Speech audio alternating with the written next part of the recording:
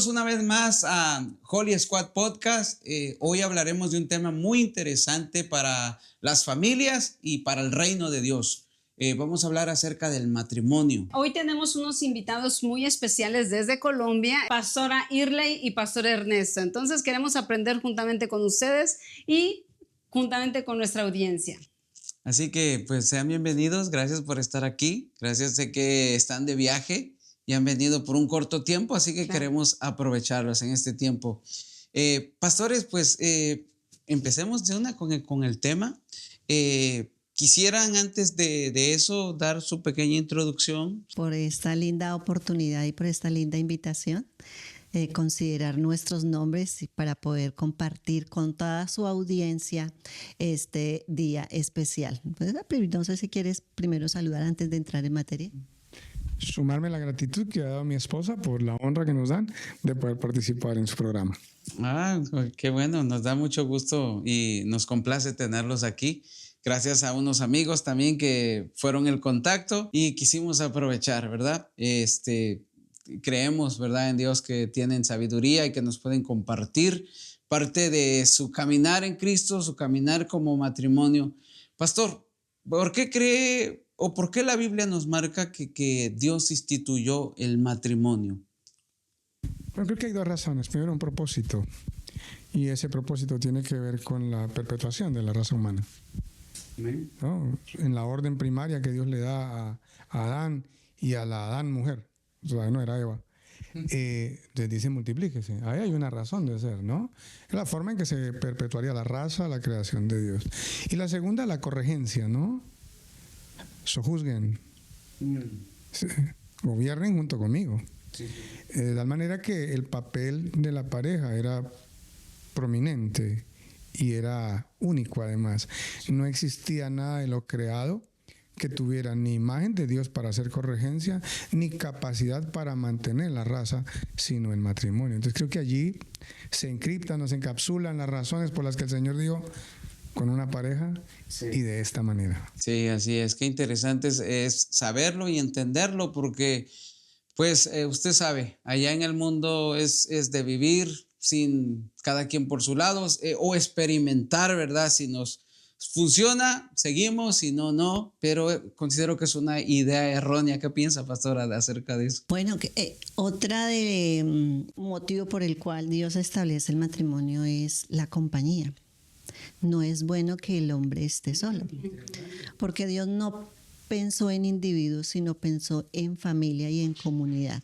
Claro. Y ahí nos damos cuenta del propósito de Dios, ¿no? Y es a través del matrimonio que se logra, ¿no? No hay mejor compañía que el esposo, que la esposa, y no hay mejor equipo que la familia, ¿no? ¿Para qué? Para multiplicarse efectivamente, pero también para que a través del matrimonio nosotros podamos entender el amor de Dios por la humanidad.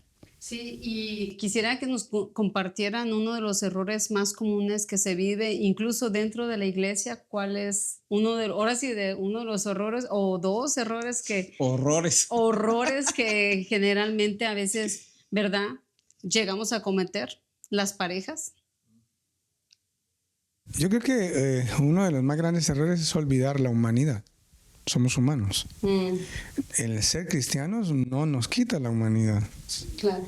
Entonces, cuando en el matrimonio el esposo olvida que su esposa es humana, una cristiana pero humana, sí, y la cónyuge olvida que su esposo es un cristiano pero que es humano y que reacciona como humano, tiene necesidades de humano, pero yo olvido esa humanidad, ya empieza a haber fisura, se empieza a fracturar el matrimonio, porque como él es cristiano, ya no estoy pendiente de él, porque él ama a Dios, entonces como ama a Dios, tiene que amarme a mí y no va a tener ojos para ninguna. Error craso, sí va a tener ojos para otra posiblemente. Sí. Lo mismo, ¿no?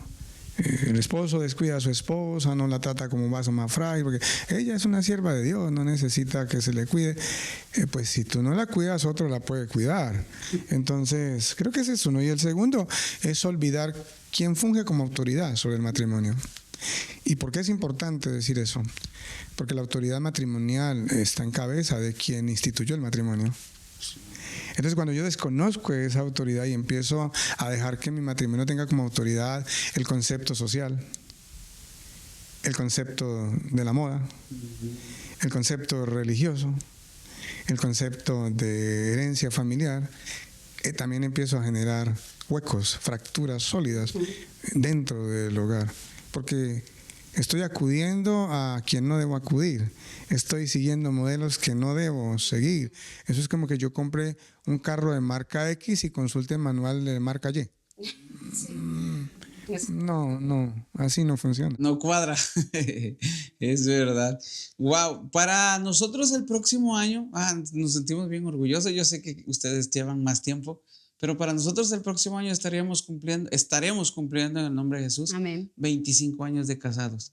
Sé que ha sido un proceso, un reto, pero me imagino que ustedes cumplen más años. ¿Cómo mantener? La pregunta es ¿cómo mantener la llama encendida? La llama del amor encendida, a pesar de los años, a pesar del trabajo, a pesar de los problemas, a pesar de la iglesia, a pesar de todo. ¿Cómo es que mantener? ¿Cómo mantener? ¿Qué consejo podrían dar? Bueno, esa llama poderla explicar es un tanto compleja, ¿no? Porque yo creo que el matrimonio empieza aquí y empieza así durante toda nuestra vida, ¿no?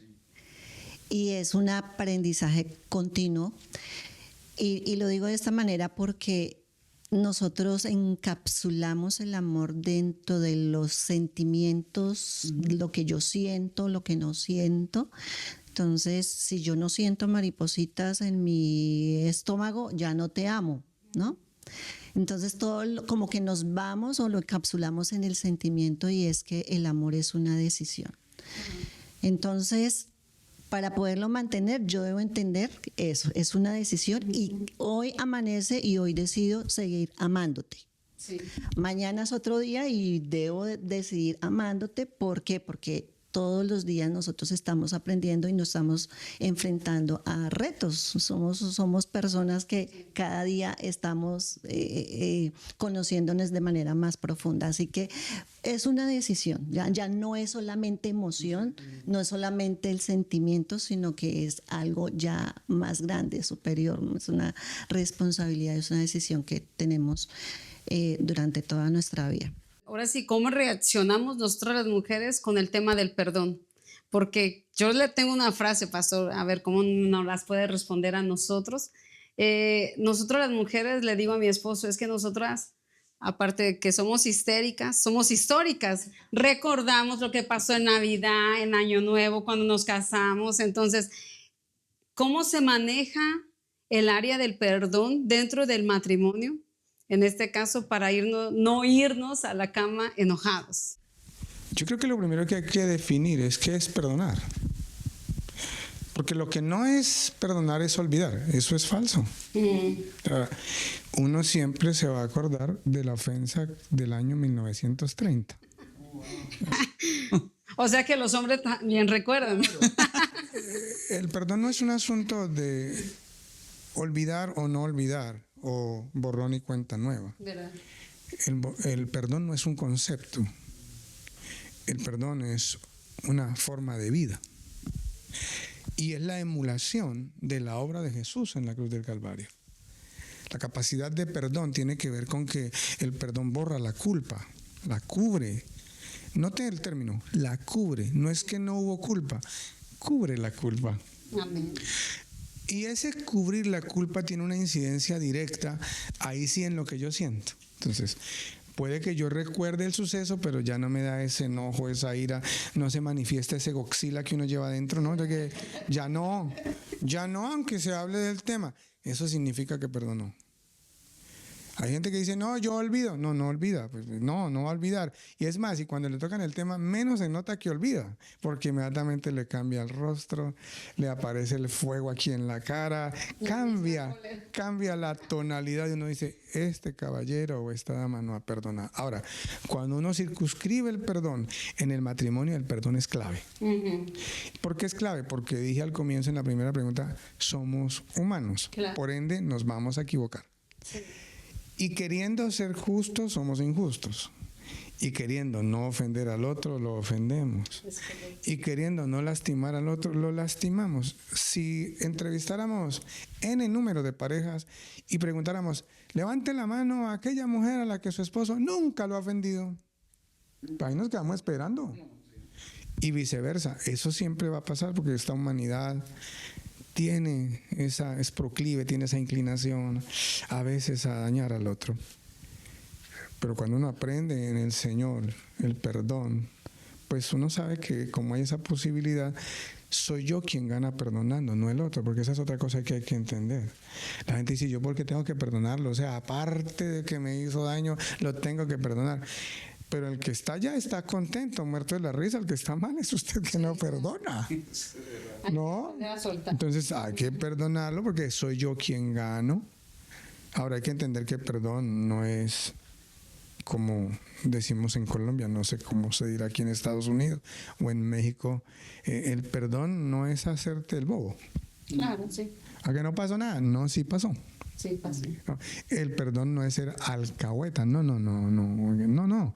El perdón es simplemente, como digo, no es un concepto, es la vida misma que tiene que ver con la salud interna de mi corazón. Y cuando yo logro tener un corazón sano, que tiene capacidad perdonadora como Jesús, pues puedo hacer lo de Jesús en la cruz, ¿no? Padre, perdónalos. Y Él muere para que nosotros seamos perdonados. Y dice que Él echa nuestro pecado al fondo de la mar en el sentido de que su efecto ya no hace daño. No vamos a pensar que el Señor no tiene, digamos, memoria en el sentido de que no supo lo que yo hice ayer. Claro que lo sabe. Sí. Lo que pasa es que no lo está trayendo a memoria y a colación cada rato, ¿no? Pues otra de las cosas que me gustaría que preguntarles es que pues en el matrimonio, ¿verdad? Pues vivimos. Hay un ejemplo que yo siempre le pongo así a los jóvenes cuando me toca hablar con jóvenes. Es que les digo que cuando empezamos en el matrimonio, empezamos como cuando ponen a dos animalitos en una jaula. Y pues empiezan a morderse y querer salir. Y empiezan a salirse. Entonces, ¿cómo arreglan ustedes sus diferencias sin dañar su relación? ¿Cómo es que o entendieron esa parte? Sí, yo creo que la aprendimos efectivamente todos. Creo que los que incursionamos en el matrimonio tenemos que aprenderlo. Y esto va creciendo y va madurando con el tiempo. Realmente al comienzo es la lucha de poder, ¿no? Esas luchas de poderes, quién manda a quién y todo lo que traemos de casa, de los padres, se hace evidente dentro de la relación matrimonial. Y efectivamente a la hora de las diferencias pues nos ofendemos y hacemos y decimos cosas que realmente no funcionan si las seguimos llevando de esa manera. Pero en la medida que vamos creciendo, cada uno, creo yo que cada uno debe ir trabajando en sí mismo. ¿Sí? Yo tengo que ir encontrando cuáles son mis debilidades y falencias, ¿cierto? Él encuentra sus debilidades y falencias y si yo trabajo en las mías y él trabaja en las de él, vamos a lograr una correcta arreglo, comunicación, ¿sí? Porque siempre el uno está esperando que el otro lo haga, ¿sí? Entonces las diferencias no se van a poder resolver porque siempre estamos viendo el error, la manchita, estamos esperando que sea el otro el que cambie, el que diga, el que tome la iniciativa, pero si yo asumo mi responsabilidad y trabajo en mí y él hace lo mismo, frente a las diferencias ya nos vamos a sentar, vamos a dialogar y obviamente que frente a esas diferencias a veces no nos vamos a poner de acuerdo, pero uno de los dos va a ceder, ¿cierto? Eso. Por otro lado, es que las diferencias no deben ser vistas como algo que nos separa, sino como algo que nos complementa. Porque la diferencia debe existir. Claro. Y debe existir por el solo hecho de que Dios dijo varón y hembra. Ahí ya no hay forma, somos diferentes. Entonces, yo no me casé con otro hombre.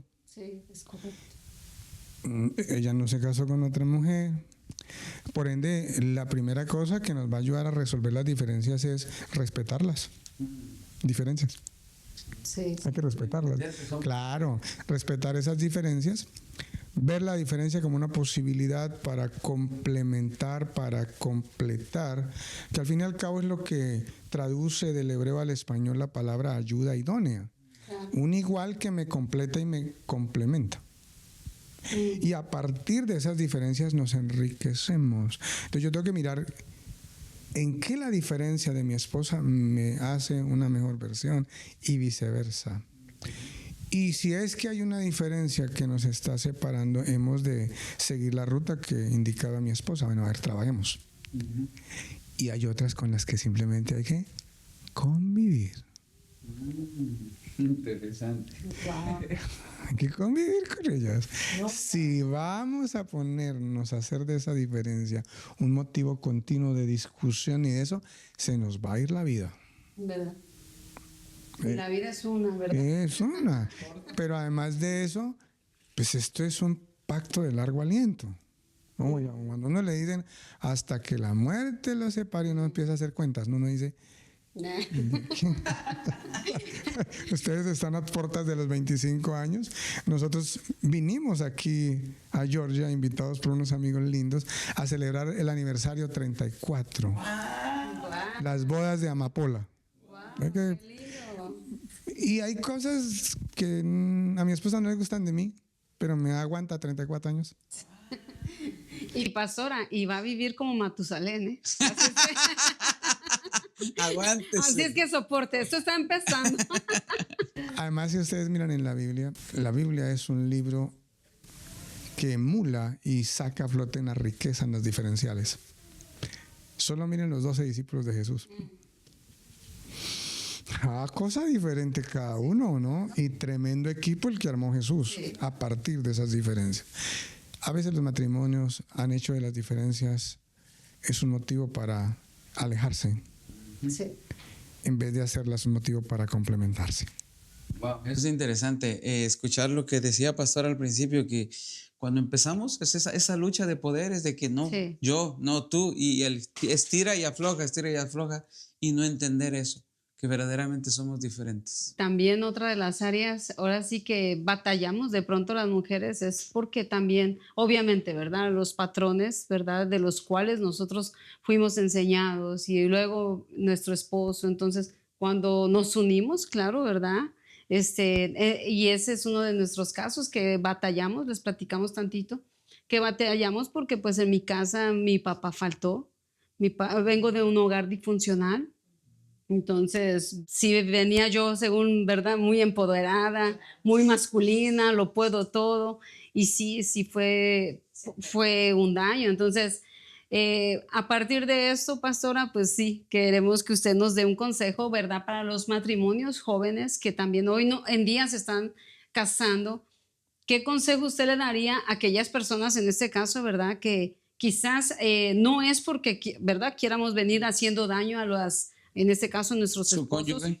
claro, sino más que nada porque fue un modelo, ¿verdad? Un modelo que en mi caso, como le repito, desde niña así me crecí, o sea, y para mí cuando llegué al matrimonio era normal, oh, yo manejo mis finanzas y yo también soy empoderada y yo puedo y nos enojamos y tú por el norte, yo por el sur, entonces sí, la solución en Cristo es doblegar nuestra carne y nuestros pensamientos. Nuestro orgullo. Y el orgullo y todo. Entonces, pastora, para los matrimonios nuevos, ¿qué consejo le daría a usted? Bueno, durante todo el tiempo que nosotros, o mejor, Dios nos ha permitido ser pastores y hemos atendido a muchas parejas, yo he identificado algo que es casi que en todas las parejas, y es que nosotros no sabemos dialogar. ¿Qué pasa dentro de una casa? Hablamos del día a día, hablamos de que hay que pagar esto, del trabajo, del estudio, de la renta, de las cosas cotidianas, pero no nos sentamos intencionalmente a tocar temas de familia o de pareja.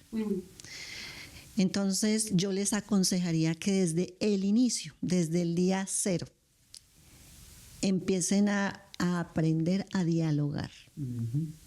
Es muy importante. Nosotros no tenemos una cultura de escuchar al otro. tenemos una cultura de defensa. ¿Sí? Me hablan, yo me defiendo. No hablamos, gritamos. Me hablaron, me reclamaron, yo me defiendo y entonces no podemos tener diálogo. Y sí que es importante porque es que si nosotros no aprendemos a dialogar vamos a tener muchos, pero muchos problemas. Entonces mi consejo es aprendan a dialogar desde el inicio, porque eso les va a evitar muchas problemáticas. Pastor, usted un consejo que les quiera dar a las parejas de recién casados. Tú dijiste, venimos de patrones. O sea, hay un paradigma que hemos heredado, somos el resultado de un modelo. Pues si la idea es construir mi matrimonio, no la continuidad del matrimonio de mi papá, ni la continuidad del matrimonio de mi abuelo, la pregunta que yo debo hacerme es, ¿qué manual sigo? Entonces el consejo que yo daría es, te vas a casar, estás empezando, deja los manuales y te aconsejo uno, la Biblia. Wow. Ajusta tu matrimonio al manual bíblico porque el manual bíblico tiene la ruta que hace que el matrimonio sea exitoso. Si aplicas esa, tienes garantía 100% de que va a funcionar. Porque el que instituyó el matrimonio sabe cómo funciona. Entonces, no es como era mi papá, como era mi mamá. ¿Qué dice Dios? Entonces Dios dice que es así, que el hombre ame a su esposa, que la respete, que la trate como vaso más frágil, ¿cierto? Que la cuide, que la sustente. A la esposa le dice respete a su marido, al marido le dice que sus caricias te satisfagan, le dice a la esposa no se nieguen el uno. No tiene. Claro. Entonces, si en vez de perpetuar modelos que uno sabe que son nocivos, adopto el modelo de Dios, pues va a ser más fácil. Claramente, pues es un modelo que debe ser dialogable, lo que está diciendo mi esposa, ¿no? Y me siento y decimos, venga, ¿cómo era tu familia? ¿Cómo era la tuya? Ahora, ¿cómo es la que dice Dios? Tacha aquí, tacha aquí, tacha aquí, póngale X aquí, póngale X y hagamos una ruta nueva. Y caminemos por esta y ni lo de allá ni lo de acá. Sí. Lo de Dios.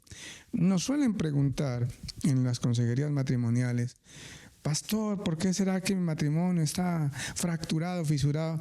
Le digo, porque uno de los dos o los dos dejaron de hacerlo a la manera de Dios. No hay más explicaciones. Si te ajustas nuevamente a lo que dice Dios, tu matrimonio se compone. Sí, y yo le decía yo a mi esposo, ¿quieres que yo me sujete a ti? Te tienes que sujetar a Cristo. Entonces, porque aclarando, ¿verdad? Ya que les vuelvo a repetir, en mi caso no tuve padre y yo cuando conocí al Señor dije, bueno, el Señor es mi padre. Bueno, entonces ahí ya va a tener un suegro. Sí, yo lo veo, ¿verdad? Que Él quiere obviamente, ¿verdad? Los hombres, y así tiene que ser. Las mujeres debemos de sujetarnos, pero el consejo es que también los hombres se sujeten al de arriba. Sí, es correcto. Con eso que decía Pastor, acaba con todos los argumentos de que, yo lo decía, mayormente los hombres decimos, ¿no? Cuando hay un conflicto entre pareja, es que a mí nadie me enseñó cómo ser un esposo, o es que no hay un manual que me enseñe. No, sí, el manual está ahí, claro. Es la Biblia. Que uno no lo quiera seguir y uno no quiera leerla, es otro 5 pesos, decimos, ¿no? Bueno, pues hoy quiero agregar a este podcast un segmento especial, ¿verdad o mito? Entonces yo les voy a preguntar y ustedes me responden falso, o si es verdad o es mito, y el por qué. El primero es, Pastor, si hay mucho amor, ¿el matrimonio no requiere esfuerzo? Falso. ¿Por qué, Pastor? Porque el amor es acción. O sea, decir que porque hay amor no me esfuerzo es contradictorio. Las características del amor son activas. Claro. ¿No? Cuidar, renunciar, esperar, perdonar. Si eso no es trabajo, entonces ¿qué es trabajo? Si eso no es esfuerzo, entonces ¿qué es esfuerzo? El asunto es la conceptualización del amor que tienen las personas. Mi esposa decía, la gente cree que amor es maripositas, pero eso se acaban rapidito, eso después del primer mes. Le da mariposas a uno es cuando la esposa le dice tenemos que hablar, vuelven y le dan, pero ya son de nervios. Sin embargo, las parejas tienen discusiones y peleas de peleas, Claro. ¿cierto? Y efectivamente no debemos irnos a nuestro lecho, a nuestro descanso peleados, pero no necesariamente estoy obligada a resolver la situación porque hay temas que son de largo alcance, que no los vamos a, hay cosas así, o sea, hubo una discusión porque mira el desorden, y hubo una fricción y no, discúlpame, te hablé feo, ok, listo, te perdono y a la cama.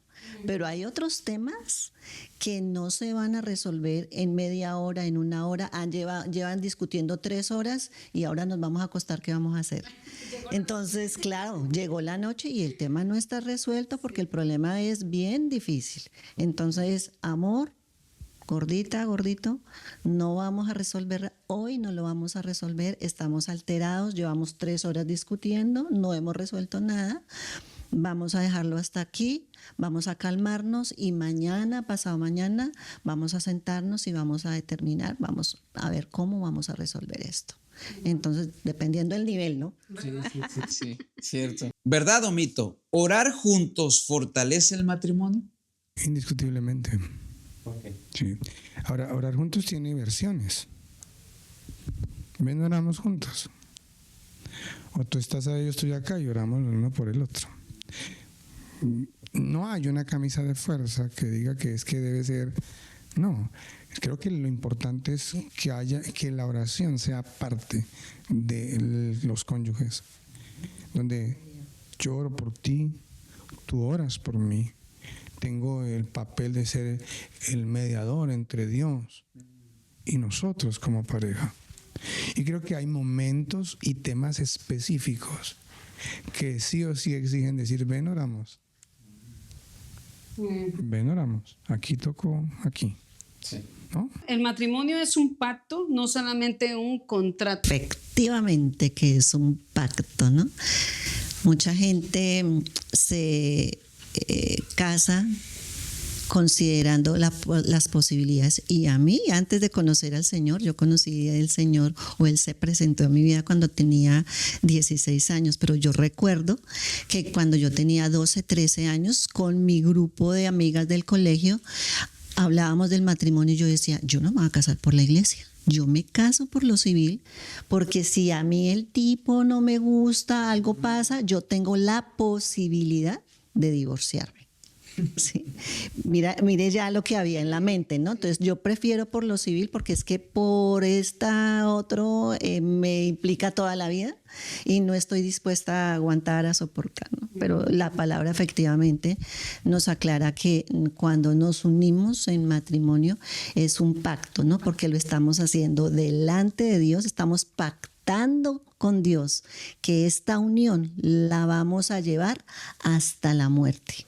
¿Sí? Si yo hago un contrato se puede disolver, un contrato tiene fecha de caducidad, tiene algunas, a ver cómo decimos, cláusulas de incumplimiento y si las incumple, pues tú te puedes separar. Pero aquí el tema es bastante claro con Dios. Esto es hasta que la muerte nos separe. Wow. ¿Quieres aportar algo? Sí, solo agregar que el concepto de pacto en los latinos no es muy entendido. ¿Verdad? No. La palabra pacto es más un asunto que se entiende en Oriente. Porque los pactos en Oriente, que eran hasta la muerte, tenían 3 elementos, ¿no? 3 elementos. 1, irreversible. 2, unilateral. Y 3, incondicional. Wow. Los contratos tienen los otros 3. Condicional, reversible. Sí. Todo lo contrario. Sí. Entonces, nosotros en América Latina manejamos más en la mente y en el corazón lo contractual. Lo del pacto nos parece una cosa demasiado seria. Pero en Oriente sí es muy serio. Sí. Entonces, cuando nosotros estamos delante de Dios, como decía mi esposa, Dios no está viendo que hacemos contratos, sino pactos. Por eso quien se va a casar debiera tener en cuenta si está dispuesto a lo unilateral, a lo irreversible y a lo incondicional. Si ve que no puede con eso, sigue el consejo de Jesús. No todo el mundo está para casarse. Lo mismo decía, bueno les fuera quedarse solteros, pero si no, mejor cásense. Es verdad. La última. ¿verdad o mito? ¿Los problemas financieros son una de las principales causas de conflicto matrimonial? Sí, incluso eso ha cambiado con el tiempo, pero en este momento está en el top 5, entre los 5 primeros, junto con la comunicación. Indiscutiblemente el tema financiero es un tema que genera unos tremendos conflictos en el matrimonio. Por ende, debiera ser un tema que no solamente se hable, sino por el que se trabaje con intencionalidad. Dicen en Colombia que uno no vive de amor, porque la leche hay que pagarla. Sí. O sea, uno no paga la leche diciendo te amo, no, ni la renta, ni mucho menos. Entonces, siempre que aconsejamos parejas, cuando llegamos al tema de lo provitivo, siempre les hablamos de un presupuesto elaborado, sustentado, proyectado, donde nos sentamos los dos y vamos a apuntar hacia allí, porque es lo que Dios quiere. Pero indiscutiblemente, ese tema es, y cada vez se está haciendo más álgido el tema, más álgido. Es verdad. Bueno, pues creo que hemos llegado ya al final de nuestro podcast, pero antes de despedirnos, nos gustaría que nos compartieran un testimonio o una lección que ustedes aprendieron en su matrimonio y que les pueda servir a aquellas personas que nos están escuchando en su caminar, que ya son 34 años, una lección que hayan aprendido y que digan, wow, esto lo quiero compartir para que no pasen por eso. Una lección que nosotros aprendimos en los primeros años de matrimonio fue poder darle el lugar del otro. Es decir, nosotros le servimos a Dios desde nuestras iglesias, veníamos siendo líderes cada uno en sus iglesias, teníamos un llamado de parte de Dios a ser pastores, nos conocemos, vemos que el Señor ahí nos fue uniendo, decidimos casarnos y está en nuestra mente el ministerio, la iglesia, la gente, la iglesia, el ministerio. Y le dimos el primer lugar al ministerio y esos primeros años nos dimos cuenta que habían faltantes dentro de casa. Y si bien es cierto, Dios es primero, ¿cierto? Somos nosotros luego y la familia es muy importante.